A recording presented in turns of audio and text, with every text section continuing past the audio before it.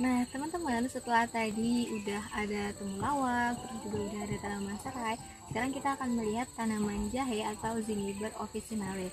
Nah, tanaman jahe ini adalah termasuk yang paling populer ya sebagai tanaman obat karena khasiatnya sudah tidak diragukan lagi, dan pastinya tanaman jahe ini termasuk ke dalam suku Zingiberaceae atau jahe-jahean. Nah, sekarang kita lihat morfologi dari tanaman jahe itu sendiri. Nah, jadi di hadapan kita ini sudah ada tanaman jahe atau juga nama latinnya Zingiber officinale. Nah, tanaman jahe ini adalah tanaman rimpang yang digunakan sebagai obat, sebagai bumbu masak, rempah-rempahan.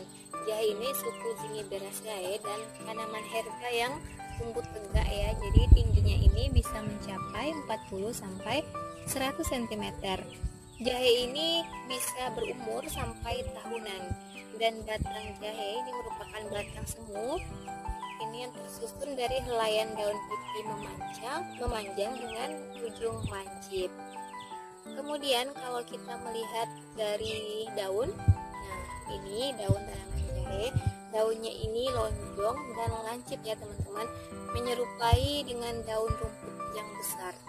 Nah, daun jahe ini biasanya berselang-seling. Nah, ini bisa kita lihat dia berselang-seling dengan tulang daun sejajar. Jadi dia termasuk tulang daun sejajar. Kemudian untuk batangnya, batang tanaman jahe ini berwarna hijau. Dia tidak berkayu sehingga lunak dan juga berair ya, teman-teman.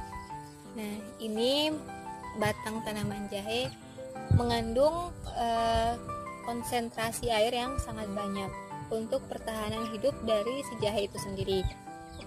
Untuk akar jahe ini sebenarnya adalah akar serabut ya, di dalam ini bisa sampai 25 cm di dalam tempat dia tumbuh, dan merupakan modifikasi dari rimpang. Jadi ada rimpangnya yang dapat kita gunakan sebagai obat-obatan.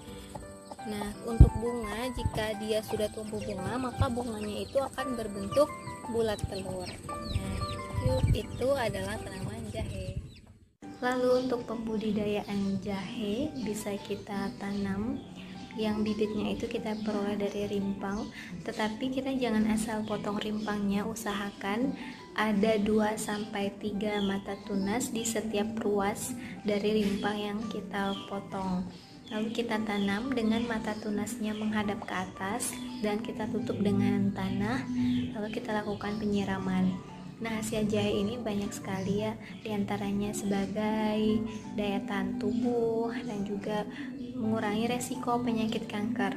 Untuk pengolahannya bisa dengan pembuatan wedang jahe, diantaranya kita bakar jahe. Usahakan bakarnya itu di api yang kecil, atau lebih baik jika ada arang bisa kita gunakan arang itu untuk melakukan pembakaran jahe. Kita pastikan jahe terbakar secara rata dengan cara kita bolak-balikkan jahe tersebut di atas pembakaran itu. Setelah kita rasa cukup, lalu kita gepuk jahe. Kemudian di tempat lain kita lelehkan gula merah dan juga kita didihkan air. Lalu kita gabungkan jahe bakar yang sudah digepuk dan juga gula merah yang sudah dilelehkan berserta air yang sudah matang. Lalu kita aduk rata dan wedang jahe bakar siap dihidangkan.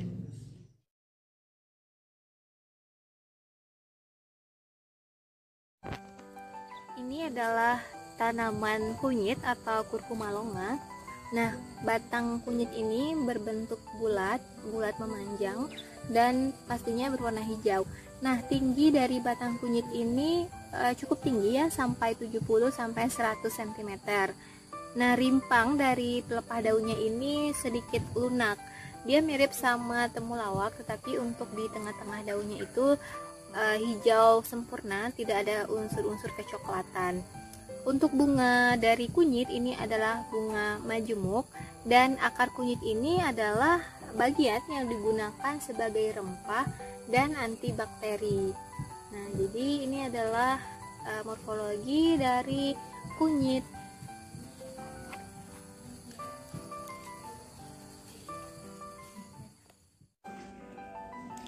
Untuk pembudidayaan kunyit, kita bisa ambil dari akar tanam kunyit yang berukuran 5 sampai 10 cm, lalu kita buat lubang di dalam pot atau polybag. Itu buat lubangnya agak dalam ya, atau jika langsung di tanah kita buat juga agak dalam agar tidak diambil oleh ayam.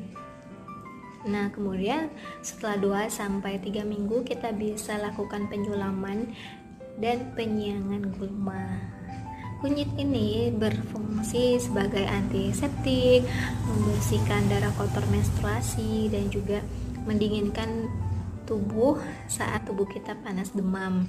Untuk cara pembuatannya sebagai obat diantaranya itu adalah kita iris-iris kunyit ini, lalu kita campurkan dengan jeruk nipis ataupun kapur sirih, cairan kapur sirih, kemudian kita rebus dan kita minum rebusan dari kunyit ini.